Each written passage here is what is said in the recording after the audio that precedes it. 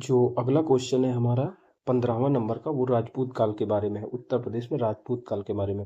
तो प्रतिहारों के पतन के बाद राजपूतों का उदय होता है। राजपूत काल माना जाता है 750 से 1200 ईस्वी के बीच में। तो उत्तर प्रदेश में मुख्य रूप से दो राजपूत राजवंश थे। एक थे चंदेल। चंदेलों की राजधानी कहाँ, तो चंदेलों ने महत्वपूर्ण कहाँ पे काम किया, खजुराहो वगैरह जैसे क्षेत्र में काम किया। ये देखिए, ये थोड़ा सा मैप देख लेते हैं, सही नहीं बना है लेकिन देख लीजिए। ये जो क्षेत्र है, ये क्षेत्र है चंदेलों का। यहीं पे खजुराहो में मध्य प्रदेश में चंदेलों ने मंदिर बनाया है। और ये गढ़वालों का क्षेत्र था, जौनपुर वाला क्षेत्र जहाँ अटाला देवी मस्जिद ये सारे हैं। तो गढ़वाल राजा थे, गढ़वालों की राजधानी थी ये चंदेल। ये राजपूत राजवंश थे। प्रतिहार वगैरह जब पतन हो गए थे तो ये सब आए थे। तो इनका अगर राजवंश की बात करें तो एक सेकेंड, इसको थोड़ा साफ कर लेते हैं सही से। हाँ, एक सेकेंड। हाँ, तो हाँ, राजपूत काल में 750 राजपूत काल में 750 से 1200 ईस्वी में उत्तर प्रदेश में स्थापित प्रमुख राजवंशों की स्थापत्य कला के विकास पर प्रकाश डाली। क्या क्या इन्होंने बनाया था। तो राजपूत काल में उत्तर प्रदेश में स्थापित कौन कौन से राजवंश थे, पहले देखते थे। चंदेल वंश था, एक था गढ़वाल वंश। चंदेल वंशों ने जो भी स्थापत्य कला बनाई वो नागर शैली में बनाई, और गढ़वालों ने भी नागर शैली में बनाई। इन्होंने चंदेलों ने कहाँ पे प्रमुख केंद्र है, खजुराहो में। और इनका प्रमुख केंद्र कहाँ है, सारनाथ, वाराणसी, जौनपुर। इनके प्रमुख मंदिरों का नाम क्या है, कंदरिया महादेव मंदिर, विश्वनाथ मंदिर, लक्ष्मण मंदिर, चित्रगुप्त मंदिर। इनके प्रमुख स्थापत्य क्या है, गढ़वालों के धर्मचक्र जिन विहार, अटाला देवी मंदिर, ये मुख्यतः बौद्ध धर्म से संबंधित दिखाई देते हैं।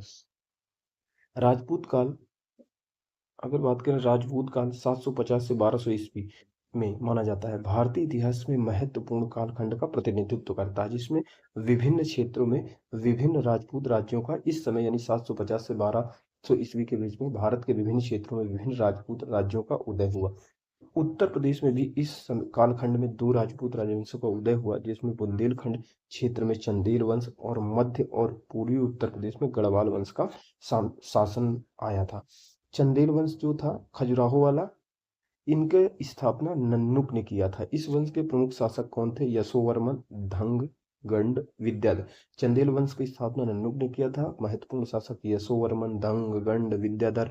चंदेल राजाओं का शासनकाल कला की उत्पत्ति के लिए अत्यधिक प्रसिद्ध है। कला की उत्पत्ति के लिए चंदेलों का शासनकाल कला की उत्पत्ति के लिए बेहद प्रसिद्ध है। इन्होंने खजुराहो में कार्य किया था, जैसा कि हम देखते हैं। इनकी शैली नागर शैली को प्रोत्साहन इन्होंने नागर शैली को प्रोत्साहन दिया। खजुराहो इनकी गतिविधियों का प्रमुख केंद्र था। 30 मंदिर यहाँ पे बने हुए हैं। किसको समर्पित है, विष्णु को, शिव को, जैन तीर्थंकरों की उपासना में निर्मित कराए गए हैं। अब इन मंदिरों में महत्वपूर्ण महत्वपूर्ण नंबर देख लेते हैं। जो खजुराहो में मंदिर बने हैं, चंदेलों ने बनाए हैं, उसमें कनरिया महादेव मंदिर है। फिर उसके बाद चित्रगुप्त मंदिर है, विश्वनाथ मंदिर है, पार्श्वनाथ का मंदिर है। ये विशेष रूप से उल्लेखनीय है। और सभी मंदिरों के भीतरी और बाहरी दीवारों पर क्या है, अनेक मृण्य मूर्तियां उत्कीर्ण की गई हैं, यानी कि मूर्तियां बनाई गई हैं, उकेरी गई हैं। जो कंदरिया महादेव मंदिर है, उसके गर्भगृह में शिव, गणेश और अन्य प्रमुख हिंदू देवियों की मूर्तियां बनी हुई हैं। ठीक है।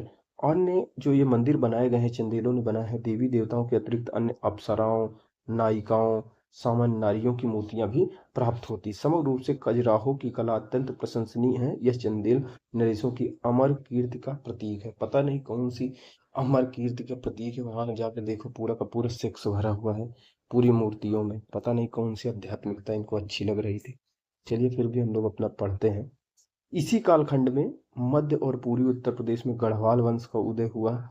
इसकी स्थापना चंद्रदेव ने किया था। यानी गढ़वाल वंश देखिए, जैसे कि ये गढ़वाल वंश था और ये नीचे चंदेल वंश था यहाँ पे। तो गढ़वालों का उदय आया इसी कालखंड में। दो राजपूत राज्य हैं, एक थे गढ़वाल, ठीक है, एक थे चंदेल। उत्तर प्रदेश में गढ़वाल वंश का उदय हुआ, इसकी स्थापना चंद्रदेव ने किया था।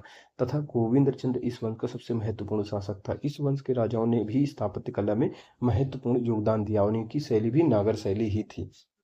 इन्होंने कहाँ कहाँ पे स्थापत्य का काम किया, एक सारनाथ में, वाराणसी में, जौनपुर में अटाला देवी मंदिर पहले बना था, उसी को तोड़ के सरकी शासकों ने, जो नवाब थे, कहे मुसलमान शासक थे, उन्होंने यहाँ पे अटाला मस्जिद बना दिया था, उसी को परिवर्तित कर दिया। अटाला देवी मंदिर मस्जिद पहले मंदिर। सारनाथ, वाराणसी, जौनपुर में इस वंश के शासकों ने अनेक मंदिरों, विहारों का निर्माण कराया था।